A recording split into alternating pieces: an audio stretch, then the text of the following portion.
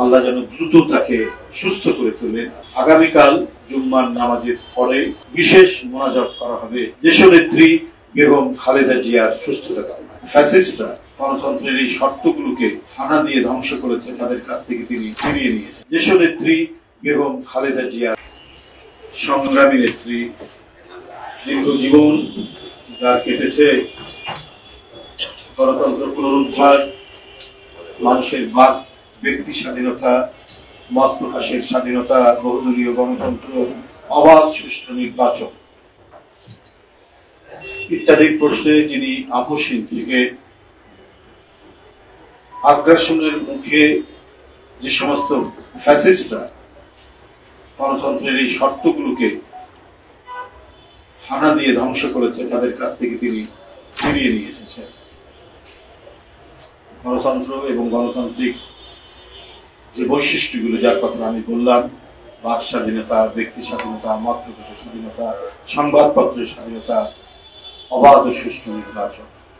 বন্ধুরা, এদেশের কোটি কোটি মানুষের অত্যন্ত শ্রদ্ধেয় নেত্রী দেশনেত্রী বেগম খালেদা জিয়া আজকে তিনি বেশ অসুস্থ অবস্থায় কয়েকদিন ধরে তিনি এভার কেয়ার হাসপাতালে সেখানে তার চিকিৎসা হচ্ছে এবং তার এই অসুস্থতা সম্পর্কে নিশ্চয়ই আপনারা অবগত। বারবার আমরা বলেছি, এই মানুষটি সুস্থ অবস্থায় কারাগারের ভিতর হেঁটে গেলেন, সেই মানুষটি ফিরে আসলেন গুরুতর অসুস্থ। মধ্যে দিয়েও তার যে মুক্তি, মূলত 5ই আগস্টের পরে তার যে মুক্তির মধ্যে দিয়ে আমরা আরো বেশি, বিশেষ করে জাতীয়তাবাদী শক্তি অনেক বেশি তারা আত্মশক্তিতে বলিয়ান হয়েছিল এবং বলিয়ান হয়েছে। তারা নতুন প্রেরণায় উদ্বুদ্ধ হয়ে তারা কাজ করছে।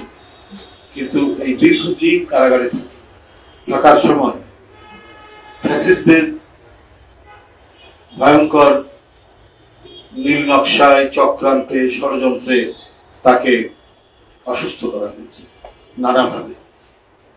তার চিকিৎসা দেওয়া হয়নি, সুচিকিৎসা দেওয়া হয়নি, তাকে উন্নত চিকিৎসার জন্য কোনো ধরনের সুযোগ দেওয়া হয়নি। এই অবস্থায়, রোগে শোকে, সংকটের মধ্যেও তিনি এই দেশকে, দলকে, দেশের মানুষকে তিনি শক্তি জুগিয়েছেন। যাই হোক, আজকে তিনি অসুস্থ অবস্থায় এভার কেয়ারে আছেন। তার আশু সুচিকিৎসা, আল্লাহ যেন দ্রুত তাকে সুস্থ করে তোলেন, এই জন্য আল্লাহর কাছে এদেশের মানুষ, সাধারণ মানুষ, দলের নেতাকর্মী সবাই তাই মনোবাক্যে মোনাজাত করবেন। আগামীকাল জুম্মার নামাজের পরে, জুম্মার নামাজের শেষে বিশেষ মোনাজাত করা হবে দেশনেত্রী বেগম খালেদা জিয়ার সুস্থতা কামনায়। দেশনেত্রী বেগম খালেদা জিয়ার সুস্থতা কামনায় সারা বাংলাদেশের সকল মসজিদে সেখানে জুম্মার নামাজের শেষে বিশেষ মোনাজাত করা হবে। আমাদের দলের সকল পর্যায়ের নেতাকর্মীকে সেই কর্মসূচি সফল করার জন্য আমি আহ্বান জানাচ্ছি, তারা যেন কর্মসূচিকে সফল করে।